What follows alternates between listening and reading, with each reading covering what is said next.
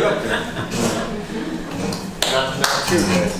Father Dennis, sit up there with them. Yeah. So we'll begin with is kind of the summary of each area encounters, sort of summary of where we've been. In a couple areas, inviting kind of a weekend in respective to the represented communities areas today in St. Louis, Iowa, and Kansas City. Woo! So, yes. So in St. Louis began sort of talking about the continued things that are happening there in regards to enrichments that are coming up. With the support of Father Rosie and throughout, they've been enriching in different areas, enriching into the community with continued activities like Marriage on Tap, have been enriching in support of the seminarians throughout the area as well. And it's kind of a mentorship that they're kind of coming into and developing relationships with the local seminarians in this area. Hosting with meals and really getting them exposed to couples before things really, and more in the transition period as well.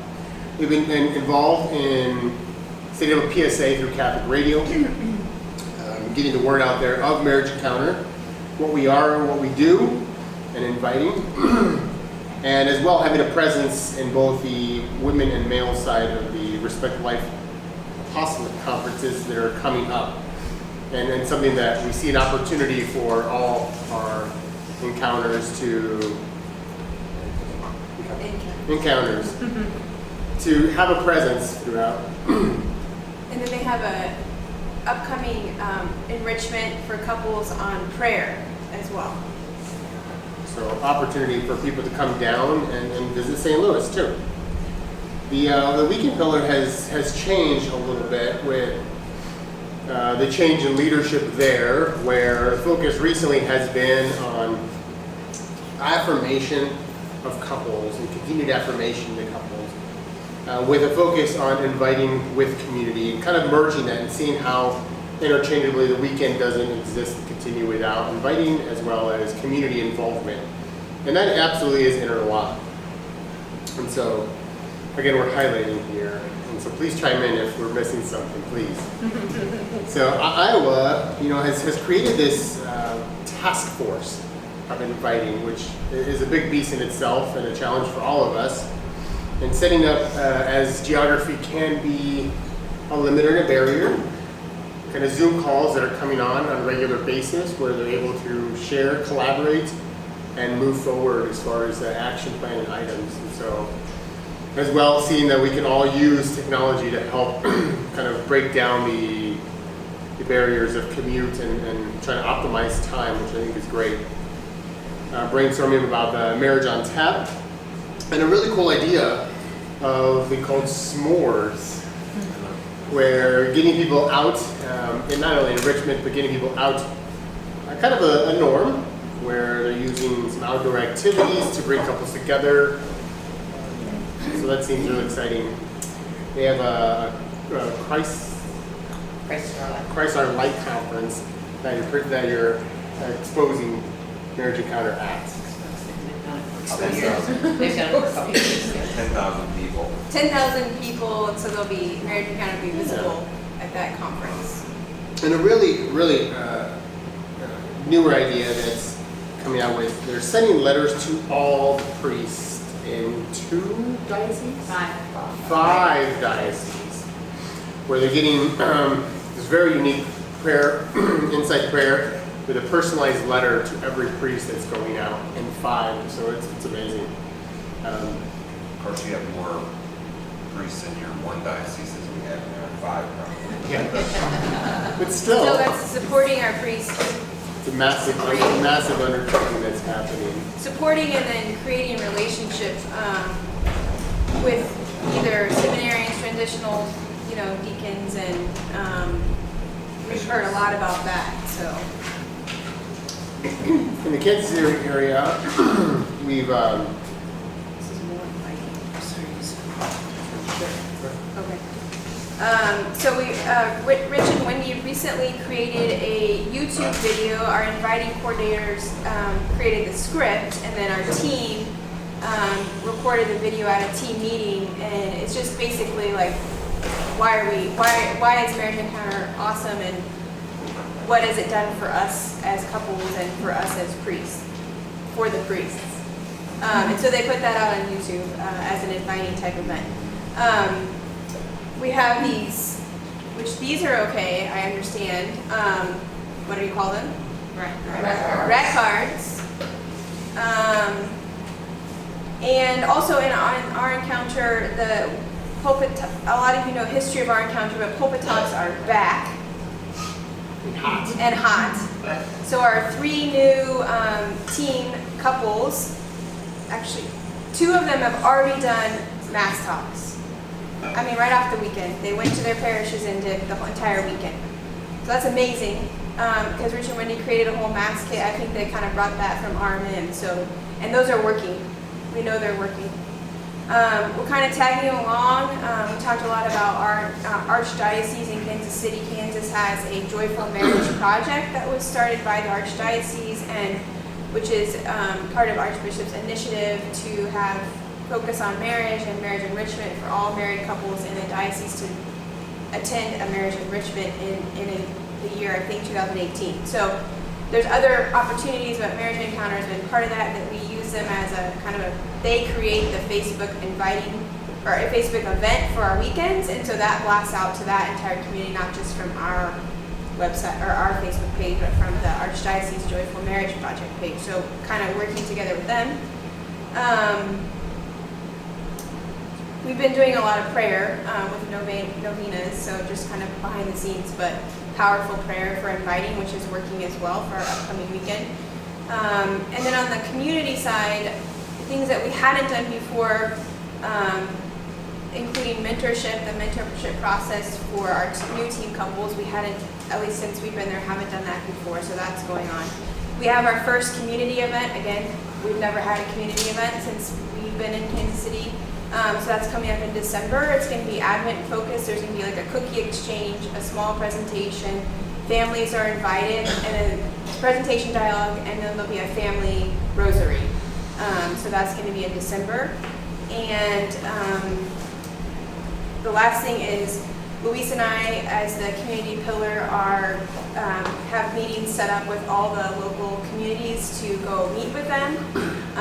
We really have very little communication with all the communities, so identifying their leader and starting that open line of communication. And we're taking a presentation that Tim and Jackie Walsh provided for us, and it's kind of a passionate, energizing presentation for all the communities. Can we have that sent to us? Yes. We Yeah, have Tim and- recorded it now. According to them already, I just want to yeah. see it too. Yeah, so Because we can help do the presentation. We'd love to go out and do One big thing that as we were meeting together, kind of formulating an action plan and a continued struggle throughout is our communities, and also how do we get people into communities?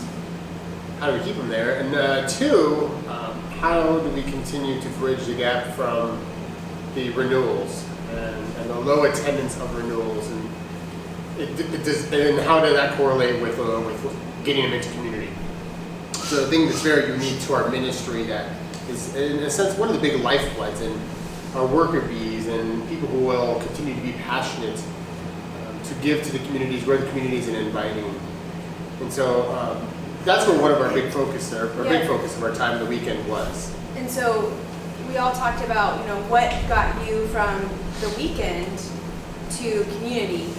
And a lot of us said, essentially it was that visibility of one couple or another that you saw, hey, that's something that I want, or we want. And so a lot of our action plan is focused on current community and making sure we're all in the best relationship we can be, so we show that light to anyone we meet. So that's sort of where we're coming from. And so of the items of action plan, number 1 is encouraging, as we're going to our respective communities, and sort of staying in the theme of the weekend and of our presentation on yesterday, was encouraging community couples to go on another weekend. If they've not been on a weekend in the last 5 years, so it's greater than 5 years since they've been on a weekend, we're challenging them to, encouraging them to make another weekend. And on top of that is to bring one person from that weekend back into the community, but also use it as an opportunity as they're going on a weekend to bring a new couple onto the weekend. And so it serves multiple reasons, multiple purposes, but also to reinvigorate those couples who have not been and maybe haven't even heard the new outline to actually make another weekend. So one of the big topics that we talked about was mentorship. So we have the new team mentorship, the 6 meetings to work on primarily dialogue, but forming that relationship. And why not, Sam and Liz said, why not take that beyond team? Why not use that process, one, to start with your fellow community members, twofold, to enrich them, make sure we're focusing on dialogue, and two, kind of in a sense to train them so that ultimately the goal in the challenge is to, maybe one of those couples on the weekend says, I want to take dialogue home. They may not be team eligible or team, called to team, but they still need to be in community. And why not take that mentorship 6 meetings to that couple who says, I can take this home, I can take dialogue home. So that's one of our action steps, is to find maybe identify some couples in team or community, whoever, who would be interested in taking the mentorship beyond team eligible couples. And as well, an ask of today is, Adam and Michelle, you guys are great at your videos, and asking if there's an opportunity in your area where you guys could, condense a community meeting and putting it out there to show what a community meeting is. And people they say no automatically. I don't have time for that. They don't know what they're saying no to, but also don't know what they're possibly saying yes to. And saying this is what a community is. The joy of capturing that is, you're really good at some oversound of the video, and also capturing those things that are very entertaining, but also very insightful. To share that and go, this is what a community is. That is really cool. I want to go to that. I want to go to one, because people say no right away. And is there a way of incorporating that into the end of the weekend and showing that, this is just an example of our weekend. You finish the weekend off, and how do we use that? Maybe not captured yet, but having one out there. Of course, it'd be a lot of okays with the community, but if we can capture that to show, I think it would be very powerful to, as we've seen from the Dominguez's on the dialogue challenge that have been through Facebook, and how vulnerable they have been with their relationship, and other couples seeing that live process of an open dialogue and sharing, and how that can be very powerful to Yeah, so maybe we could add that to find the Rory and Manuel Dominguez. They did a 7-day live dialogue challenge. You can find that. We could send that. Invite people. I guess you can still go to the event, but you can for the purpose of watching dialogue. They did an awesome job of. They did live dialogue. It was amazing. So. That would be something great to show at a community, or, that's just another off the cuff. And then as well, Some people are already doing this. some areas are already doing this, reaching to seeing what is available in your respective area, and just having a presence booth, which Catholic conferences or life conferences, or something that, even if it's a stewardship festival that's coming up in your area, and just being there, being present, a couple of couples there to have a presence, not only joyful invitation, but maybe if it's just information that's given, but having someone, and they're happening everywhere, and maybe your parish or even greater, to have a reach and a presence that of what we're at. And so we said, if you're not already, some people are already doing this, but to find one conference before our first meeting in 2019, where the pillars come back, and have a booth at that Catholic conference as an invitation. Do I have any on the back? Oh, we can say that. Yeah. So second to last was themes for community presentations. Louie and Lisa asked us to brainstorm some ideas for community presentations. and with the idea that as community pillar, you ask your community share group leaders to present on this topic in October or November or December. And so just to have those ideas available. So one website that was brought up was foryourmarriage.org, which is sponsored by the USCCB. So they have a lot of great ideas on there, so if we wanted something that way. But other things we came up with were, particularly during this time in our church, reconciliation, forgiveness, healing, romance, keeping it light sometimes too is a great idea. Prayer, couple prayer particularly. Maybe a topic is obviously inviting, or even just commitment in general. So those are Dialogue. commitment, dialogue. yeah. So we have